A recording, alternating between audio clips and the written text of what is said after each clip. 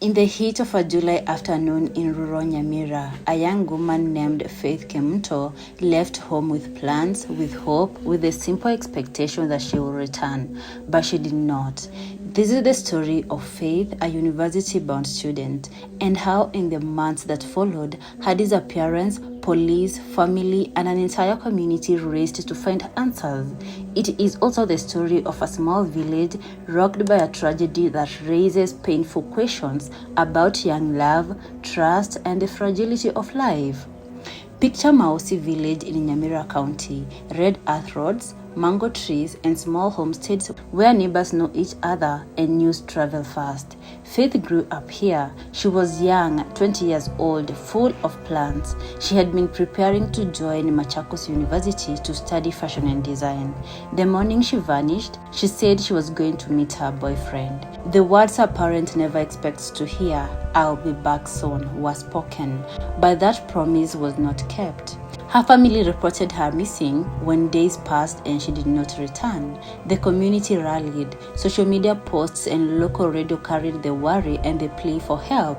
For a family on the cusp of celebrating a child's next chapter in education, the unknown felt unbearable. Silence stretched. The days when the phone stayed unanswered turned into nights of prayers.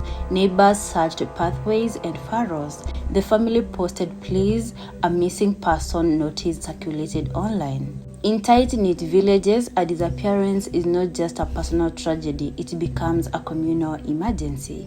Authorities were informed. Local police logged the missing person report and the furor grew louder. Every rumor was chased, every lead was chased, yet the central question remained: where was Faith? Then a message arrived. A text sent from Faith's phone pointed to a location, a shallow grave on the edge of a quarry near Mangongo. That cryptic message set the next awful stage in motion. Investigators mobilized. Detectives from Kenya's Directorate of Criminal Investigations and local police converged on the area described in the message. In early September, a team exhumed remains from a shallow grave beside a roadside quarry. The discovery stunned relatives in the wider region. The body, later believed to be Faith's, was taken for forensic examinations. Authorities moved with methodical care, coding the site, recording evidence, and initiating post-mortem procedures to confirm identity and the cause of death. For the home she left to join university, the confirmation of the grisly find transformed worry into mourning. Investigations led detectives to persons of interest. Reports named a boyfriend identified in media as Gideon Makori and other individuals allegedly involved in the sequence of events that saw Faith disappear.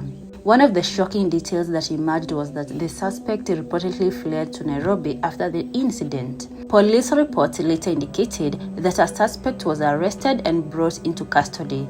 Alongside him, reports named another person who allegedly provided shelter or aid after the killing.